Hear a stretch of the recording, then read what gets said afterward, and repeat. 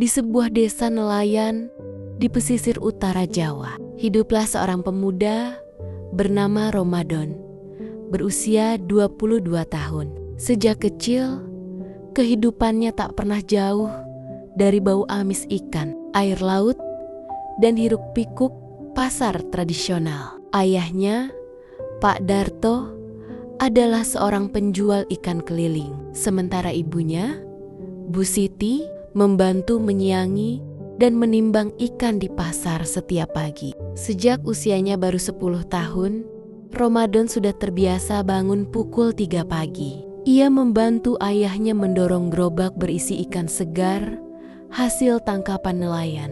Kadang mereka harus menempuh jarak lebih dari 2 kilometer menuju pasar, melewati jalan tanah yang becek saat hujan. "Don, cepat dorongnya, nanti matahari keburu naik," seru ayahnya sambil menuntun gerobak di jalan menurun. "Siap, ya," jawab Ramadan kecil dengan semangat, meski matanya masih berat karena mengantuk. Ia jarang bermain seperti anak-anak lain. Waktu sekolah sering terlewat karena harus membantu orang tuanya. Meskipun gurunya sering menasihati, Ramadan tahu orang tuanya tak punya pilihan lain. Mereka harus bertahan hidup.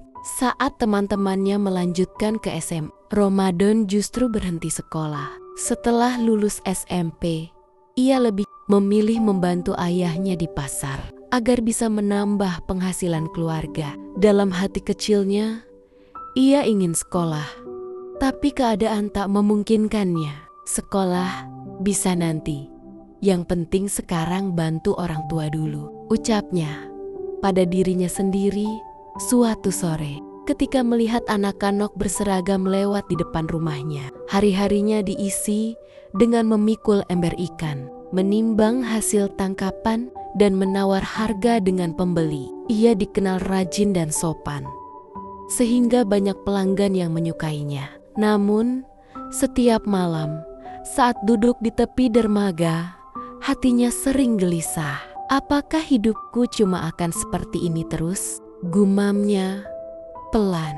Suatu hari, saat sedang membantu lelang ikan di tempat pelelangan ikan TPI dekat pelabuhan, Ramadan memperhatikan bagaimana para juragan dan pembeli besar bertransaksi. Ia kagum melihat cara mereka menghitung cepat, mencatat, dan menentukan harga ikan. Seorang juragan tua yang akrab disapa Pak Wito memperhatikannya dari jauh. "Don, kamu ini anak rajin, mau belajar cara lelang ikan?" tanyanya suatu pagi. Ramadan terkejut, namun antusias. "Mau, Pak, tapi saya nggak ngerti cara-caranya." Pak Wito tersenyum. "Belajar pelan-pelan. Kalau kamu jujur dan tekun, rezeki nggak akan lari." Sejak hari itu, setiap habis membantu ayahnya, Ramadan pergi ke TPI untuk belajar cara memilah ikan, menghitung tonase, dan memahami pasang surut harga pasar laut. Ia belajar dari bawah, mulai dari menulis daftar lelang, mencatat transaksi, hingga menimbang hasil tangkapan nelayan. Beberapa tahun kemudian, kerja kerasnya mulai membuahkan hasil. Ia dipercaya untuk membantu pelelangan ikan kecil-kecilan milik Pak Wito. Ia juga mulai membeli sedikit ikan dari nelayan, lalu menjualnya kembali ke pedagang luar kota. Modal awalnya kecil, hanya dari uang tabungan, membantu ayahnya selama bertahun-tahun. Tapi Ramadan pandai bergaul dan jujur, sehingga banyak nelayan percaya padanya. Dalam waktu singkat, ia sudah memiliki lapak sendiri di TPI dan dikenal dengan sebutan Don Ikan oleh para pedagang. Setiap subuh, suara lelang ikan menggema di dermaga. 1.200, 1.300, laku, teriak Ramadan lantang sambil memegang palu kayu kecil. Peluh bercucuran di wajahnya. Tapi di balik itu tersimpan kebanggaan. Ia berhasil membangun kehidupannya dari bawah tanpa ijazah tinggi, hanya dengan kejujuran dan kerja keras. Ketika bisnisnya semakin maju, Ramadan tak lupa pada asalnya. Ia membangun rumah sederhana untuk orang tuanya di dekat pelabuhan, agar tak lagi harus bangun dini hari untuk berjualan.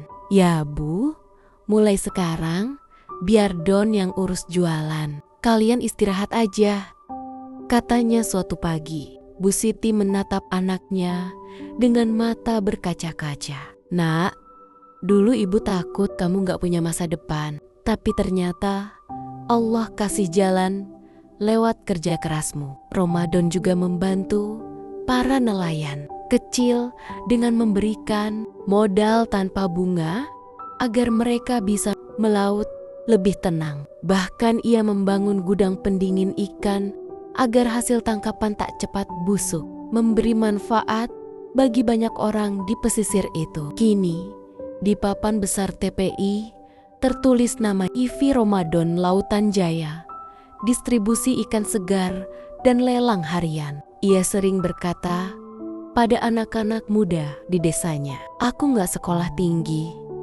tapi aku gak berhenti belajar. Laut mengajarkan aku satu hal, kalau kamu mau kerja keras, ombak sebesar apapun bisa kamu hadapi." Ramadan kini menjadi inspirasi bagi pemuda-pemuda desa nelayan lainnya. Ia sering diundang untuk berbicara di acara pelatihan kewirausahaan nelayan muda. Namun, setiap sore ia tetap suka duduk di dermaga yang sama, tempat dulu ia bermimpi.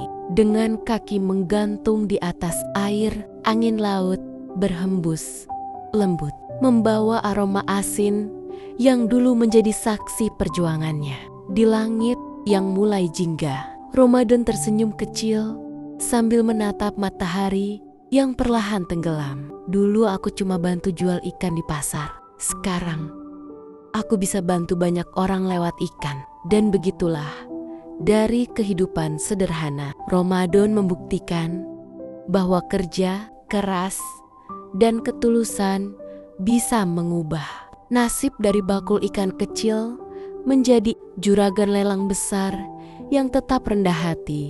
Beberapa tahun telah berlalu sejak Ramadan menjadi juragan di TPI Pesisir Utara. Kini, ia tidak hanya dikenal sebagai pedagang ikan, tapi juga sebagai orang muda yang pandai mengelola hasil laut. Uangnya perlahan terkumpul, bukan dari keberuntungan, tapi dari kerja keras, bangun pagi, dan pantang menyerah menghadapi pasang surut harga ikan. Suatu sore, ketika duduk bersama ayahnya di beranda rumah yang menghadap laut, Ramadan memandang tangan ayahnya yang keriput. Tangan itu dulu menggandengnya ke pasar setiap pagi. Tangan yang kasar karena air asin dan jala ikan. "Pak, gimana kalau kita punya tambak sendiri?" tanya Ramadan. Tiba-tiba, sang ayah tersenyum. "Tambak? Dulu Bapak cuma bisa mimpi." "Don, sekarang kamu ngomong begitu aja bikin Bapak terharu." Tak butuh waktu lama, Ramadan mulai mencari lahan tambak yang cocok. Ia mengajak ayahnya meninjau lahan di pinggir desa, bekas rawa yang tak terurus. Di matanya, lahan itu bukan rawa, tapi masa depan keluarga mereka. Setelah setahun bekerja keras, tambak itu akhirnya berdiri. Sebuah kolam besar dengan air jernih, dibatasi pagar kayu, dan papan bertuliskan tambak ikan keluarga Ramadan. Hari itu, Ramadan menyerahkan surat kepemilikan tambak kepada ayah dan ibunya. "Pak, Bu, ini buat kalian. Ini bukan hasil saya sendiri. Ini hasil dari doa dan keringat kalian juga." Sang ibu meneteskan air mata, memeluk anak sulungnya yang dulu sering pulang dengan baju amis ikan dan mata lelah. Ayahnya hanya bisa menepuk bahunya. Suaranya bergetar. "Kamu udah bikin kami bangga, Don. Sekarang kamu bener-bener juragan." Sejak hari itu, sang ayah lebih banyak menghabiskan waktu di tambak, memberi makan ikan, memeriksa air, dan tersenyum puas setiap kali melihat hasil panen. Keberhasilan Ramadan menarik perhatian banyak orang di desanya. Para pemuda yang dulu menganggap jualan ikan pekerjaan berat dan tidak bergengsi, kini datang kepadanya minta diajari cara memulai usaha. Daripada menolak, Ramadan justru membuka pelatihan kecil di pelataran gudangnya. Ia mengajari anak muda cara menawar harga ikan, menghitung untung rugi, menjaga kualitas hasil laut, bahkan cara bernegosiasi di pelelangan. "Jangan takut mulai dari bawah," katanya di depan mereka. "Saya pun dulu cuma bantuin bapak dorong gerobak." Kini, banyak anak muda di pesisir itu tak lagi merantau ke kota. Mereka memilih bekerja bersama Ramadan, ikut mengelola usaha, hasil laut, dan tambak. Beberapa tahun kemudian, Ramadan duduk di kursi kayu di tepi tambaknya yang luas. Angin laut bertiup lembut, membawa aroma asin yang dulu jadi saksi perjuangan masa kecilnya. Di kejauhan, anak-anak bermain di pematang tambak, tertawa lepas. Ayahnya duduk tak jauh, memberi makan ikan dengan tangan gemetar tapi bahagia. Kini Ramadan memiliki gudang besar, kapal pengiriman sendiri, dan puluhan pekerja. Tapi yang paling ia banggakan bukan hartanya, melainkan melihat kedua orang tuanya hidup tenang di masa tua.